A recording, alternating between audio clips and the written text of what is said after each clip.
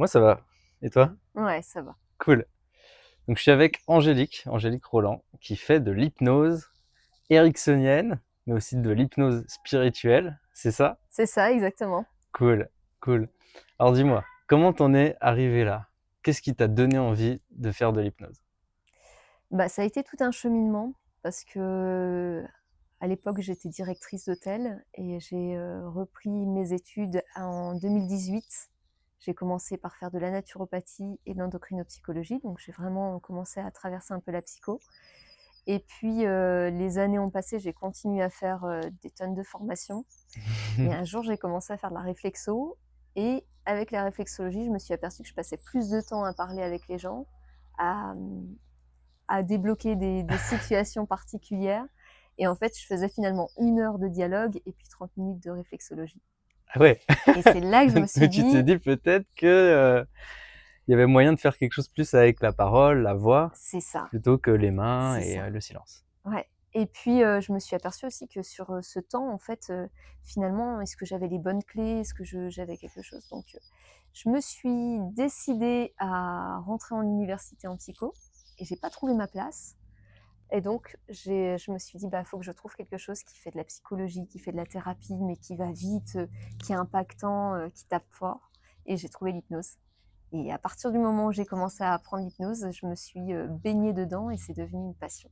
Waouh. Donc aujourd'hui, Donc, du coup, t'en as fait ton métier. j'en ai fait mon métier. T'as quitté l'hôtel et la direction d'hôtel et t'es devenu hypnothérapeute. C'est ça. Ça a pris quelques temps, ça a pris quelques années parce qu'il fallait vraiment un temps pour moi de formation. Je voulais vraiment ne pas faire n'importe quoi, avoir vraiment des bons outils, des bonnes bases.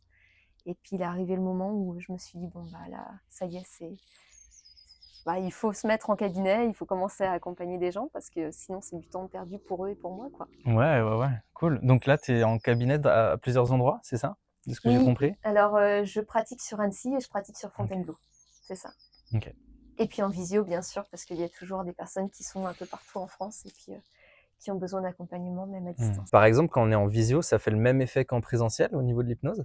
Ouais, étonnamment, au début, mes premières croyances, c'était de me dire que, bah, en fait, en visio, c'était pas tout à fait possible parce qu'il y avait pas la sécurité. Parce que quand on emmène en hypnose, en fait, Hmm. on a toujours cette croyance que il peut y avoir un moment où la personne décompense et qu'est-ce qu'on fait derrière l'écran si la personne décompense? Et en fait, on a un inconscient tellement intelligent qu'il a la capacité de s'adapter et la visio fait que, bah, finalement, l'inconscient sait exactement ce qu'il peut lâcher au bon moment, si c'est le bon moment. Et si ça doit décompenser, Hmm. bah, c'est que c'est vraiment le meilleur moment pour le faire et je suis la meilleure personne pour accompagner à ce moment-là. Ok. Et donc la visio fonctionne tout aussi bien que le cabinet, mais après il y a toujours le plaisir de rencontrer aussi au Ouais, cabinet et aussi. d'avoir, le côté un peu Un peu présence, présence, ouais, ouais, bien c'est sûr, ça. c'est vrai qu'il se passe quelque chose. Ouais, tout à fait. Moi, j'avais fait des séances aussi d'hypnose, en Ouais. fait, hein. Ouais, j'avais fait un travail d'enfant intérieur il y a quelques temps. Ah j'adore, ça fait partie de mes pratiques Ouais, aussi, ouais. ok. Bah voilà, j'avais fait 6 séances avec une personne qui était à Nice pendant que moi j'étais à l'étranger, puisque c'était une période de ma vie en fait où j'avais besoin de travailler différents sujets de mon enfance, parentaux, familiaux, générationnels, enfin karmiques, il y en avait pour tout le monde. Génial! Et c'est comme ça que j'ai découvert un petit peu que je pouvais en fait faire en visio et arriver à me détendre et même lâcher mes émotions. Est-ce que c'est quelque chose qui arrive régulièrement de ça, de lâcher ses émotions en hypnose? Ouais, j'ai envie de dire tout le temps, en fait. Ok. Et en même temps, c'est plutôt bien parce qu'il y a beaucoup de personnes qui ont cette croyance que, si je lâche les émotions, je perds la maîtrise, je perds le contrôle. Et la réalité des choses, c'est que tu maîtrises beaucoup mieux ta vie si tu traverses ces émotions. Hmm. Donc, c'est, au travers d'un accompagnement que justement tu peux vivre pleinement cette traversée et c'est quand même beaucoup plus simple de le faire accompagner par quelqu'un que de se retrouver, seul à devoir le traverser dans des moments de crise. En fait, Ouais. ça s'apprend quand c'est en dehors de la crise, justement. Ce qui est intéressant aussi, c'est d'avoir quelqu'un sur lequel peut-être se reposer, parce que en fait, lâcher tout seul le dossier, le trauma ou les émotions, c'est peut-être pas facile, mais le fait d'avoir quelqu'un qui est présent pour que toi tu te détendes, est-ce que ça joue? Ouais, ça joue. Et puis en plus, on va pas lâcher tout de suite le dossier du trauma, en fait. si vraiment il y a un trauma et que c'est un trauma brutal, c'est quelque chose qui a impacté la vie, bien évidemment, on va pas tout de suite le lâcher. C'est quelque Mmh. chose qui va être amené dans l'accompagnement. Il y a tout un côté confiance relationnelle avec le thérapeute à construire. Et puis, on va commencer, bah, tu vois, tu parlais de l'enfant intérieur. Ouais. On va commencer déjà à sécuriser l'enfant intérieur. On va lui apporter déjà une bulle de protection. On va l'amener à aller de plus en plus loin dans sa construction interne, dans sa restructuration, ses valeurs. Et à partir de là seulement, on pourra commencer à débloquer certains dossiers. Et s'il y a dossiers traumatiques, au bout d'un moment, ils viendront. Mais bien Mmh. souvent, c'est aussi l'inconscient qui va l'amener au moment où c'est le moment le plus opportun, en fait, où la personne est prête. OK. Donc en fait, bon, déjà, je pense que les gens arrivent dans ton cabinet et ils sont presque prêts puisqu'ils viennent faire une démarche envers toi, Ouais, avec toi plutôt, pour, qu'il se passe quelque chose. ouais, il y a déjà quelque chose qui est amorcé. Ouais, et toi, en fait, tu viens juste faire traverser la chose pour que la personne se libère de sa situation. Ouais, c'est ça, on aime bien dire que c'est un peu comme une balance, en fait. La Mmh. personne, elle s'est chargée à 99 déjà au travers de tout ce qu'elle a essayé de faire, les Mmh. lectures, les différentes vidéos qu'elle a pu regarder, son développement personnel qu'elle a pu, hem, avancer au travers de ses expériences. Et puis après, bah, quand elle arrive, c'est le 1 de plus que tu vas poser sur la balance et qui va faire basculer la personne, au travers de son changement de comportement. Waouh! Donc ouais, c'est un process, même holistique en fait avec, différentes aides et facettes qui viennent aider ce processus-là donc Ouais, c'est ça. Holistique, tu vois, c'est vraiment le mot, le plus adapté, je pense, parce que j'ai, heu, j'ai eu à cœur d'utiliser beaucoup d'outils. Donc j'ai fait beaucoup, beaucoup de formations différentes. Mais autant des formations qui sont, très concrètes, tu vois, comme les TCC, la PNL, où vraiment tu es dans le dur et bah, toi qui fais du coaching, tu vois bien, où là, on est vraiment sur, des process et puis on va être dans la conscience. Et puis en même temps, j'ai voulu aussi, travailler la partie spirituelle, la partie hypnotique, pour justement aller chercher aussi l'esprit. Donc ça permet en fait d'utiliser, finalement toutes les fonctions et on va mettre aussi l'émotion dans le corps. Donc il y a aussi du coup la physiologie qui est impactée et donc pour moi, ouais, en effet, j'imagine que c'est holistique. waouh, et comment tu fais la différence, enfin, si tu peux nous expliquer la différence entre l'hypnose ericksonienne Ouais. et l'hypnose spirituelle ou régressive? Pour qu'on puisse en fait, savoir en fait à quel moment c'est utile de faire quoi, même si je pense que tu es guidé et puis tu le sais. Heu, tu pourrais expliquer ce que c'est? Ouais, bien sûr. En fait, dans l'accompagnement, bah, alors déjà, j'utilise tous les outils au travers de l'accompagnement et je demande pas à la personne de choisir si elle est en ericksonienne, spirituelle ou autre. Mais en fait, l'hypnose ericksonienne, ça va être, un travail sur tout et on est, plus dans le côté un peu cartésien et psychologique. Milton Erickson, c'était, un psychologue et qui avait des pratiques assez particulières parce qu'en fait, il avait une capacité à comprendre le fonctionnement de la personne et c'est grâce à cette capacité qu'il avait, qu'il pouvait, un peu venir et modifier des comportements, et puis il avait cette finesse d'aller toucher pile poil dans le vif. Ah ouais? Et OK. donc on a modélisé finalement toutes les pratiques de Milton Erickson. C'est pas lui qui a enseigné des pratiques particulières, mais en fait on a vraiment modélisé son modèle et d'ailleurs, Milton Erickson, c'est aussi grâce à lui qui est né la PNL, le coaching, entre autres, puisqu'on a utilisé les modèles ericksoniens pour créer des facettes de la PNL. Et l'hypnose spirituelle, cette fois-ci, on va être plutôt sur de l'hypnose régressive, on va être sur du recouvrement d'âme, on peut être aussi sur... Alors peut-être que va peut-être pas forcément comprendre ce que c'est l'hypnose régressive Ouais, ou la deuxième chose que tu as dite, le recouvrement d'âme. Tu sais, ça peut être, pour les gens qui connaissent pas, oui, quelque chose un peu de perché ou un peu il y a spécial. quelques années, je me serais dit la même chose, ouais, c'est Ouais, ça. ouais, voilà, c'est ça. Tu vois, toi, tu es dedans, tu sais, mais peut-être que les gens, ils savent pas autant que toi ce que c'est. Qu'est-ce que c'est une hypnose régressive? L'hypnose régressive, bah, par exemple, chez Milton Erickson, ça s'utilise et on va faire de la régression en âge. Ça veut dire que en hypnose, on va t'amener à revivre un peu plus en remontant dans le temps, en revenant jusqu'à tes jeunes années. OK. Donc bien souvent, on va l'utiliser justement sur l'enfant intérieur parce Mmh. qu'il va falloir retourner à l'enfant intérieur pour pouvoir le reconstruire. Et puis après, on va l'utiliser aussi pour remonter dans le temps, si dans tes années, il y a un moment où il y a quelque chose à réparer, il y a un traumatisme et il va falloir décrocher l'émotion de l'événement vécu pour que tu sois ensuite capable de raconter ton histoire, mais sans avoir l'émotion qui vient et Mmh. qui remonte à chaque fois à la surface. Ça, c'est l'hypnose régressive en âge. Et après, en spirituel, on va passer en hypnose régressive en vie.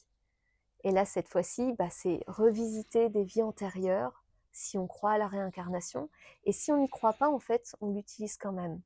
Parce que Ah en ouais? fait, ouais, l'idée, c'est pas forcément d'y croire, c'est pas forcément de savoir si c'est vrai ou pas vrai, mais l'idée, c'est de savoir qu'est-ce que tu vas aller chercher. Quelle est la croyance qui est cachée dans quelque chose de plus ancien. Si si tu touches une réincarnation, même si tu y crois pas, mais tu touches une réincarnation, il y a des symboles qui te viennent avec, par exemple, un champ de bataille et puis, je sais pas moi, toutes les personnes qui sont, sur le champ de bataille sont mortes, mais toi tu reviens et finalement tu as la lourde culpabilité de toutes les personnes que tu as laissées sur le champ de bataille.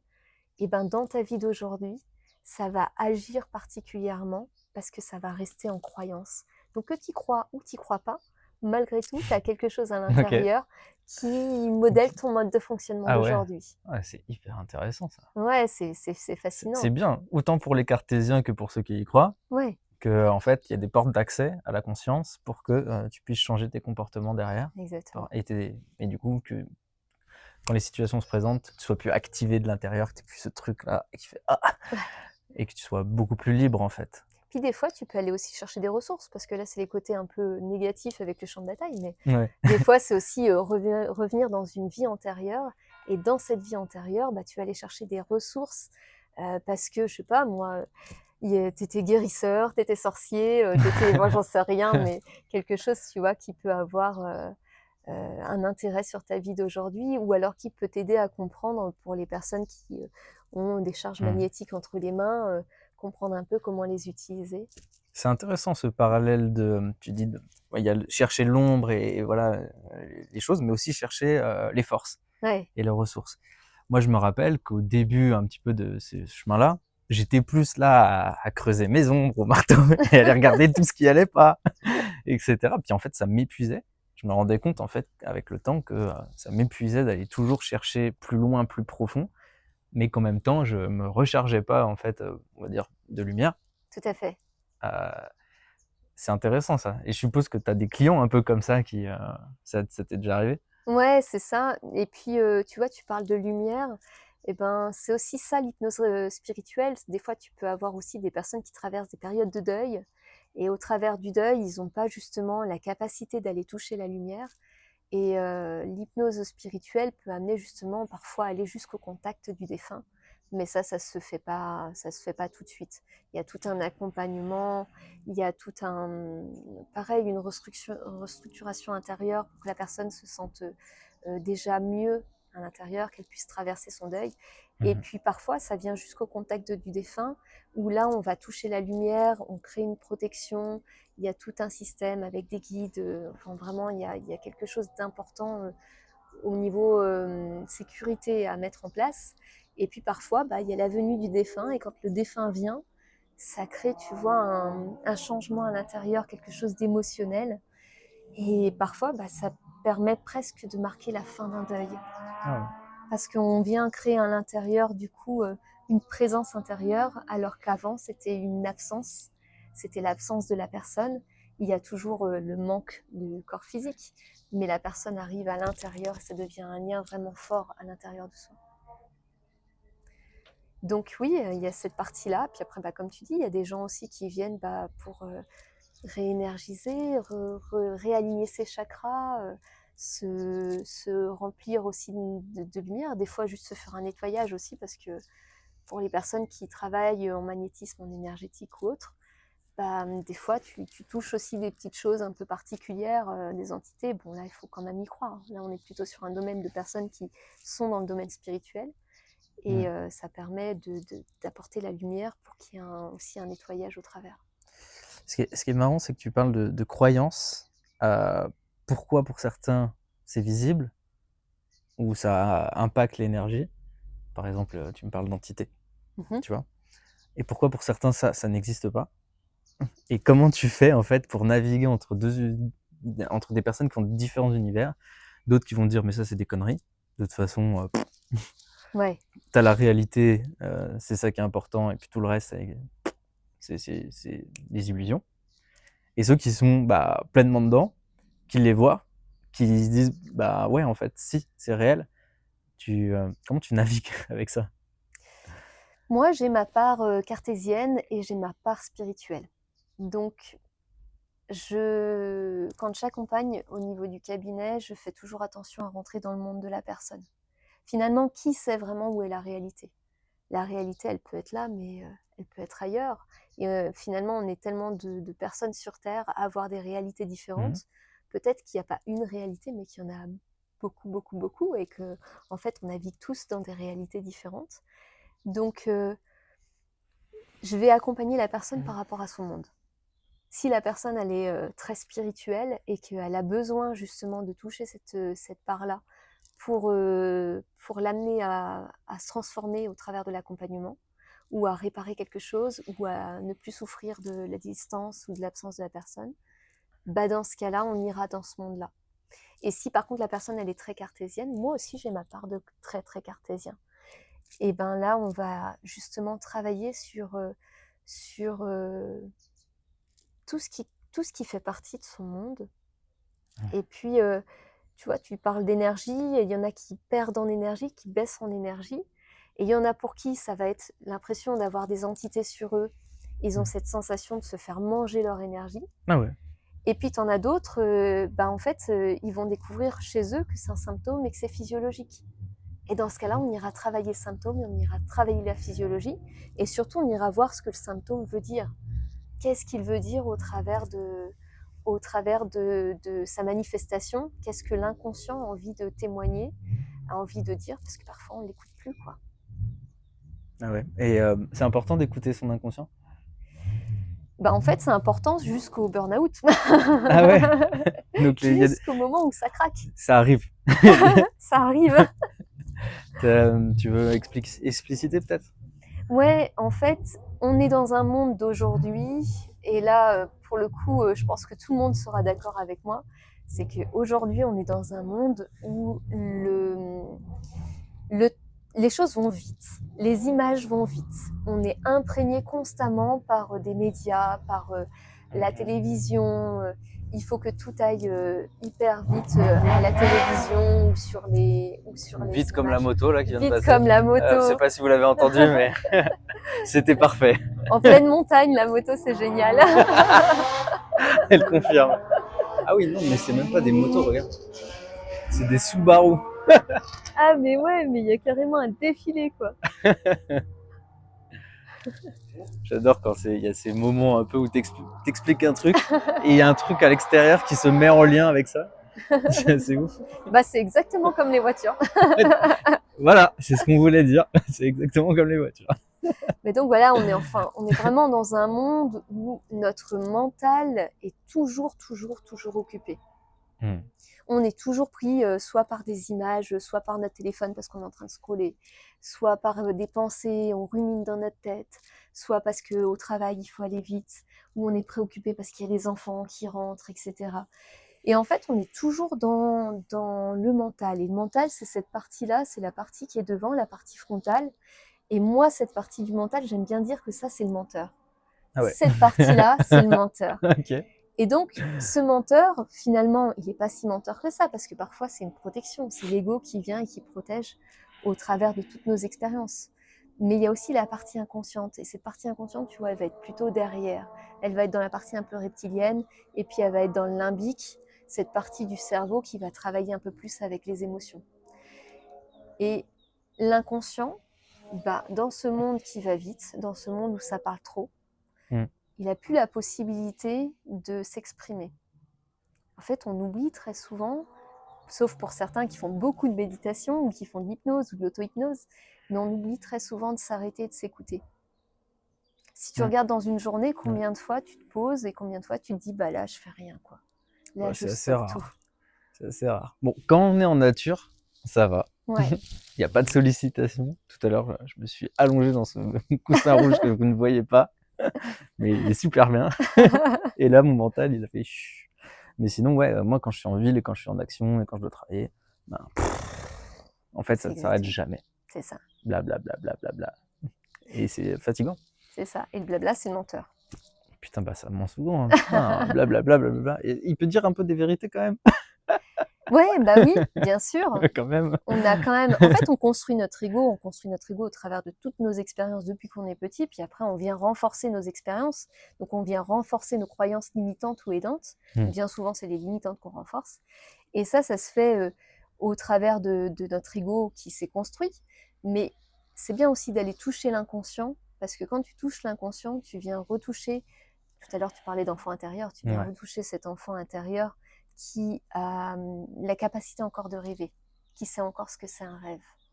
Et quand tu lui parles à lui, sous hypnose par exemple, ou alors pendant un temps de méditation, pendant de l'auto-hypnose, à partir de là, en fait, tu peux toucher le rêveur, celui qui a de plus grandes capacités que le mental. Ça fait un peu comme si on avait plusieurs couches de réalité, tu vois. Tout à fait. Une frontale qui voit directement, puis une autre qui est beaucoup plus large, qui perçoit beaucoup plus. Ouais. C'est un peu ça? C'est un peu ça. Je ne sais pas si tu as déjà vécu cette expérience, mais je pense que, te connaissant peut-être, Bah vas-y, dis-moi, c'est quoi l'expérience? je sais pas si tu as déjà pris des champignons, par Oui, exemple. ça m'est déjà arrivé, Bah, effectivement. quand tu es sous psychédélique, en effet, tu as cette impression de pouvoir finalement voir le monde à 360 degrés, et puis tu as une vision beaucoup plus grande. Ton prisme, il s'agrandit. Et en fait, tu t'aperçois que tu vois tous les jours la vie avec bah, justement cet ego qui s'est construit, avec finalement des œillères. Et ces œillères, elles rétrécissent ton champ de vision. Et elles t'amènent toujours au même endroit. Ton cerveau te fait reproduire toujours les mêmes choses. Et lui, en plus, le cerveau, il a un côté prédictif. Donc, Ok. il va toujours être amené à prédire ce qui va se produire. Et il va faire ça par rapport à ce qu'il connaît déjà de ses expériences. Ok. Alors que, bah, ouais, en effet, tu as aussi cette deuxième dimension ou cette troisième dimension qui te permet en fait de voir une réalité beaucoup plus vaste. Et là, tu changes de prisme et du coup, ton monde peut devenir différent. Tes croyances peuvent être différentes. Et bah, tu parlais un peu de psychédélique. Est-ce que toi, t'en as déjà pris? Oui, alors moi, j'ai Est-ce que ça t'a fait... aidé, surtout dans ton travail? Oui, tout à fait. J'ai fait des expériences sous psychédéliques et d'ailleurs, j'en parle au travers de mes réseaux. Je ne conseille pas de le faire en France puisque c'est totalement interdit, mais c'est autorisé en Suisse, en Belgique. Et par exemple, en Suisse, en Belgique, ils ont été jusqu'à l'amener en thérapie dans les Ah ouais. hôpitaux. Ouais. Ok. Ils utilisent justement les psychédéliques parce qu'en fait, ils se sont aperçus que sur des personnes qui ont des addictions, avec vraiment des impossibilités de changer de comportement, la prise de psychédéliques va amener du coup à revenir en arrière et la personne va pouvoir se défaire de son addiction avec un accompagnement thérapeutique. Donc en hôpital, ils utilisent le psychédélique avec une thérapie de fond en même temps. Ah ouais. Et le psychédélique, enfin moi ce que j'ai trouvé assez incroyable, c'est que au départ ça agrandit ton prisme, donc tu vois finalement une réalité beaucoup plus vaste. Tu t'aperçois que les choses sont beaucoup plus vivantes et vibrantes que ce que tu peux voir de ta petite réalité de tous les jours, surtout quand tu es pris dans ton mental et puis que ça tourne tout le temps pareil. Mais après cette prise, tu as aussi l'effet un petit peu boomerang qui est un peu délicate, où tu traverses les émotions. Et le champignon t'amène surtout à traverser les émotions qui sont les plus difficiles, mais où tu es prêt à le faire. Et moi, j'ai trouvé ça assez fascinant parce que cette traversée des émotions, si elle est faite avec un accompagnement thérapeutique, finalement, elle est transformatrice. Elle va te transformer. Et ce que j'ai perçu, moi aussi, de cette prise, c'est que les fois où j'ai pu le faire, à chaque fois, ce que j'ai traversé au travers de mes émotions et ce que j'en ai compris, j'ai plus eu besoin de le travailler. Ça, Ça a c'était switché direct. acté, c'était switché, Ah exactement. ouais, c'est puissant. Hein. Ouais, c'est puissant. Et avec l'hypnose, c'est un peu pareil. Et T'arrives donc, à c'est faire ce que switcher. j'essaye de reproduire en hypnose. Je travaille beaucoup, je lis beaucoup. D'ailleurs, je suis en pleine écriture de mon livre. Je suis beaucoup, beaucoup, tu vois, je te parlais de cartésien et de mental. Je suis aussi beaucoup, beaucoup dans l'enseignement. Je suis toujours en train d'apprendre des nouvelles choses parce qu'en fait, je veux justement être capable de faire revivre ce ces ces côtés Mmh. transcendants, quoi. Ouais, OK. Donc ouais, c'est profond, hein. Recouvrement d'âme, on en a parlé? Je crois pas. Le recouvrement d'âme, on n'en a pas parlé. Tout à Ça veut l'heure, dire quoi? ouais, tout à l'heure, on parlait d'énergie, tu sais, tu me Ouais, disais, il y en a qui se sentent baisser en énergie. ouais, Bah, le recouvrement d'âme, c'est lié à un vol d'énergie. OK. Tu Co vois, je travaille beaucoup, beaucoup et l'écriture de mon livre, justement, va s'intéresser à ça, sur les dépendances affectives, les relations un peu toxiques ou alors des fois, les attachements insécures qui ont pu, du coup, produire, des attachements anxieux par la suite au travers mmh. de la relation ou alors des attachements avec distance ou un peu désorganisés et le vol d'énergie, c'est lors de la relation. Quand, tu es Mmh. avec une personne, il peut arriver que cette personne, même si elle ne le veut pas volontairement, Mmh. puisse te voler ton énergie. Ah ouais? Simplement parce qu'elle va te faire retravailler toutes tes blessures intérieures. Est-ce qu'on peut appeler ça un vol si, juste elle te met en lumière, des choses? Oui, alors on va parler de vol parce que en fait, au départ, elle va mettre involontairement en lumière tes blessures et tu vas commencer à créer une adaptation. Tu vas chercher à t'adapter à peu près à la situation, t'adapter à la personne Ah ouais. et te Mmh. rendre aimable pour la personne, Ah ouais. C'est comme un masque, tu vas commencer à mettre un masque sur toi. comme un masque. OK. Et puis avec le temps, tu vas sentir que ton énergie commence à baisser. Et Mmh. tu sens en fait au fur et à mesure que, bah, tu commences à t'éteindre et ça se voit en plus. C'est marrant parce que tout à l'heure on parlait, tu vois, d'holistique. Mmh. Bah, en fait, l'esprit, le corps, l'âme, tout est imbriqué quoi. Tout fonctionne ensemble. Et donc ce vol d'énergie finalement, quand l'énergie baisse, Mmh. ça commence à se voir parce que la personne va commencer à devenir fade de peau, elle va perdre un petit peu en couleur, les cheveux vont devenir un peu plus ternes, la personne va commencer aussi à maigrir, à avoir moins faim ou plus faim et physiquement, elle se sent fatiguée, Ah ouais. épuisée et c'est là où en fait, c'est intéressant de faire un recouvrement d'âme parce que lorsque tu te fais voler ton énergie et encore plus dans une relation toxique, tu sais, on parle de pervers narcissique. Mmh. Alors aujourd'hui, c'est vrai qu'on l'utilise un petit peu à toutes les sauces et des fois c'est un peu abusé, mais en tout cas dans une relation toxique, la personne involontairement ou volontairement va venir te voler ton énergie Mmh. et au bout d'un moment, tu peux plus remonter de cette phase. Il va falloir que tu te restructures, il va falloir que tu prennes comme une compréhension, que tu travailles pour comprendre pourquoi cette énergie est partie au bout d'un moment. Mmh, Ah, il pardon? y a un truc qui me vient. Ouais. En fait, c'est quoi les signes qui fait que quand tu rencontres quelqu'un, tu sens que, potentiellement l'énergie peut partir? Parce que là, on parle du symptôme où voilà, tu t'es vidé tatati, tu vois? Tu es pas très bien. Mais comment tu reconnais immédiatement ou assez rapidement, peut-être la première semaine ou la deuxième, que, ben, ça va pas le faire, quoi? Bah, déjà quand tu es avec quelqu'un, normalement une relation qui est bonne, qui est faite pour toi, doit te permettre de t'élever. Et si elle t'élève pas, elle doit au moins te permettre de vivre pleinement la relation, de te sentir bien en relation. C'est-à-dire que finalement, il y a un échange entre les 2. Chacun apporte quelque chose, chacun apporte, une graine, quelque chose qui va germer et puis, prendre une essence et dans la relation, bah, il ne doit pas y avoir, de difficultés vraiment dans des critiques, ou Des reproches ou des reproches, des choses qui d'être sont pas difficiles assez. à vivre et pas être assez. Alors parfois, ça peut être simplement toi. Ça peut être toi qui n'as pas travaillé suffisamment sur ton estime, Mmh. sur ta valeur interne, parce qu'on ne te l'a pas donné quand tu étais petit. Souvent, c'est le parent du même sexe, tu vois? OK. C'est le parent du même sexe qui va t'amener à apporter ta valeur et ton estime. OK. Et si ta relation, bah, par exemple pour moi, si ma relation avec maman elle n'a pas été suffisante quand j'étais petite, Mmh. que je me suis pas sentie, valorisée ou simplement accompagnée dans mon enfance, bah, quand je vais commencer à grandir, j'aurai ce manque d'estime. Et au travers de la relation, je vais encore rejouer ça. Et il y a des moments où je vais avoir besoin d'être plus aimable, d'être plus Mmh. disponible, de faire toujours plus, toujours plus. Et ça va me faire baisser mon énergie parce que ça va me pomper mon énergie, ça va me demander trop d'efforts. OK.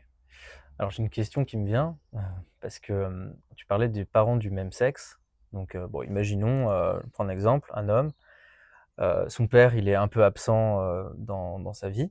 Voilà, donc, peut-être que maintenant, du coup, il va chercher son estime, autrement, peut-être par la réussite ou par quelque chose comme ça, Tout à fait. plutôt qu'à l'intérieur. Mais il est hétérosexuel, donc il rencontre une femme. Comment ça va se manifester, en fait, la relation homme-femme quand il a vécu ça auprès bah, par exemple, là, dans cet exemple-là, d'un père?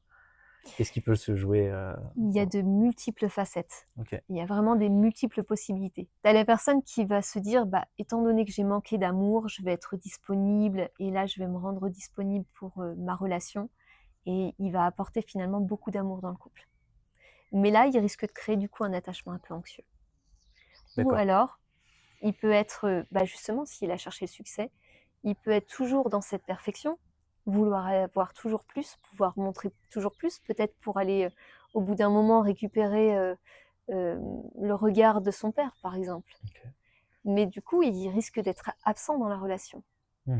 Et là, pour le coup, bah, ça va être quelqu'un qui va se donner corps et âme à son travail, Mmh. à son succès, à sa réussite, et puis qui va complètement, oublier sa compagne. OK. Et toutes ces situations vont faire que ça va te prendre de l'énergie. Mais le vol d'énergie, c'est encore plus fort que ça. Ah ouais. Ouais, parce que le vol d'énergie, ça va être dans une relation toxique où là, la personne vampirise l'autre. OK. Et bien souvent, on parle de pervers narcissique. La personne qui est, par exemple, le pervers narcissique, c'est quelqu'un qui, au cours de son enfance, a vécu beaucoup d'humiliation. D'accord. Et là, cette fois-ci, c'est le parent du sexe opposé.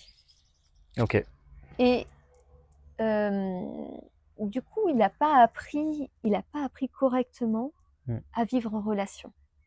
Et dans Mmh. son rôle avec l'autre, il va avoir tendance à aller puiser l'énergie de l'autre. Donc il va aller chercher une personne sensible, hypersensible souvent, une Ah personne ouais. qui a beaucoup d'amour à donner, OK. et puis il va aller chercher cette personne qui est rayonnante. Mmh. Parce que lui, il a besoin de ça. Alors je dis lui, mais ça pourrait être elle, hein. Pervers Mmh. narcissique, ça peut être une femme aussi. Mais il va avoir besoin, voilà, de quelqu'un qui rayonne pour aller chercher son énergie. Et là, il va commencer à voler son énergie. OK. Et la personne va s'éteindre petit à petit. Mmh Mais mh. elle va pas s'en apercevoir tout de suite. Parce qu'au départ, dans la relation, il est génial. Il est super. Il est la personne idéale, Le pervers? le pervers. OK. Et après, petit à petit, il va commencer à éteindre l'autre. Et là, il va commencer à rentrer dans des critères d'humiliation, de dévalorisation. Et la personne va se sentir tellement rabaissée petit à petit qu'elle va commencer à croire qu'elle n'a plus de valeur, qu'elle n'a plus d'estime. Et comme c'est une personne hypersensible, elle va être forcément attachée par l'affect. Et c'est là que se vole l'énergie, c'est là que le recouvrement d'âme est utile. Putain, c'est ouf. En plus, ce qui est génial, c'est la clarté avec laquelle les choses, tu les expliques. Merci. Non, vraiment, parce que c'est pas facile à enfin, tu vois, les gens se retrouvent dans ces situations, bah, on va dire assez régulièrement, quoi. Oui, C'est pas un truc, tu exceptionnel, reproduis tout le temps ton schéma. et c'est vachement bien pour les gens je pense, de comprendre ça aujourd'hui. Parce Mhm, qu'ils peuvent peut-être se retrouver dans l'histoire que tu viens de raconter, la personne tout à fait. hypersensible, le narcissique, et cetera, et cetera. Donc ouais, c'est vachement intéressant, ouais. Ouais, et puis après, ce sont des schémas. Donc, l'idée de sa vie, c'est quand même de vivre l'amour. Donc, il faut se déconstruire des schémas. Si tu restes toujours dans tes schémas, tu recommences et tu reconstruis encore et encore les mêmes scénarios. Et ça devient des schémas à Et ça répétition. veut dire quoi? Ça veut dire tu veux dire qu'à un moment donné, il faut arrêter de les regarder ces schémas et commencer à regarder autrement? Non, justement, Ou il il faut les faut toujours regarder. les traverser Mmh, et puis en fait parce on en parlait un petit peu, c'était assez proche tout à l'heure, mais là où tu mets ton focus, c'est là où l'énergie grandit, tu tout à vois? fait, exactement. Donc C'est carrément ça. plus tu nourris en fait, le fait de regarder tes schémas, plus tu nourris des schémas, parce que tu les regardes tout le temps, donc ta vie, c'est une boucle de regarder ces schémas. Exactement, exactement. Comment t'en sors de ça? Comment tu t'en sors? Ouais. Bah, en fait, déjà, il faut les voir, ces schémas. Mmh. Donc c'est pour ça que l'accompagnement, il peut être nécessaire, parce qu'il faut déjà comprendre comment tu t'es structuré. Mais après, tu vois, c'est comme un peu en psychologie.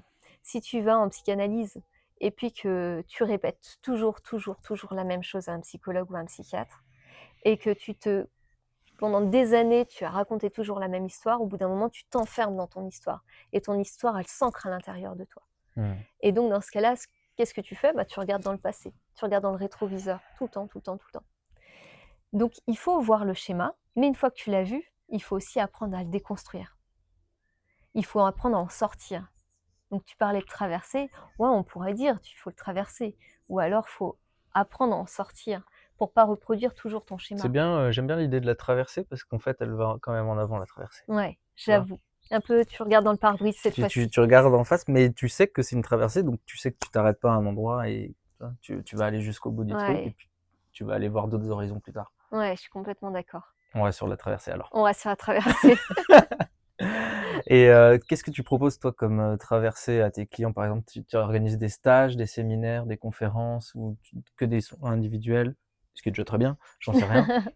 Est-ce que tu fais d'autres choses? Il y a plein de choses, il y a des conférences, il y a je travaille aussi, sur, les réseaux sociaux pour, donner des petites vidéos qui permettent aux gens de comprendre comment ils se Mmh. construisent.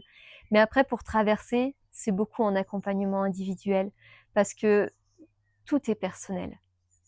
Donc, des fois, tu peux faire des choses en collectif, tu vois? Par exemple, le contact avec les défunts, tu peux le faire en collectif. Une méditation guidée, une hypnose guidée, le contact de l'enfant intérieur, ça, tu peux le faire en collectif, en atelier collectif. Et dans quel cas, c'est assez intéressant, c'est assez rigolo parce que du coup, il y a l'énergie du groupe. Mais par contre, quand tu veux vraiment travailler sur toi, Mmh. cette fois-ci, moi, je travaille qu'en individuel parce qu'en fait, ça me permet d'aller beaucoup plus vite. Je OK, travaille en thérapie orientée solution brève et d'accord. donc ça permet de taper fort et d'aller beaucoup plus vite dans la déconstruction et dans la reconstruction vers un meilleur futur. Comment on peut, genre par exemple, imagine moi je vois cette vidéo, comment je réserve chez toi? Comment je te contacte? Comment je te trouve sur, est-ce que c'est Mmh. par on te contacte sur WhatsApp, Instagram? Comment ça marche? Ouais, bah, alors sur WhatsApp, sur Instagram et sur, Facebook, il y a le lien de Rezalib et en fait, c'est sur Rezalib, il y a les 3 agendas. Donc l'agenda d'Annecy, l'agenda D'accord. de Fontainebleau et puis l'agenda des réservations en ligne pour les personnes qui sont un peu partout en France. OK, trop cool. OK. Bon, je pense que c'est plutôt clair, hein? Si vous voulez faire de l'hypnose, vous contactez Angélique, pour, quasiment, en fait, finalement, quasiment tout type de problème thérapeutique, en fait.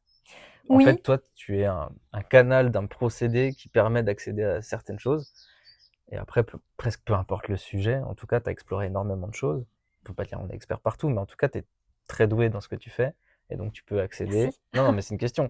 Ah pardon. Mais tu es sûrement très doué, enfin, personnellement, j'écoute, je me dis quand même: «Tu es doué». Tu vois? Donc voilà, tu as des chemins d'accès, en fait, à plein de choses et à plein de sujets différents. Ouais, c'est ça. En fait, c'est plein d'outils, plein de choses différentes qui permettent d'aller un peu, tout travailler et les seules choses que je fais pas, parce que j'aime pas, mais peut-être qu'un jour je le ferai, OK. c'est les addictions. Ouais. Addiction, tabac, c'est vraiment pas les choses que j'aime le plus faire.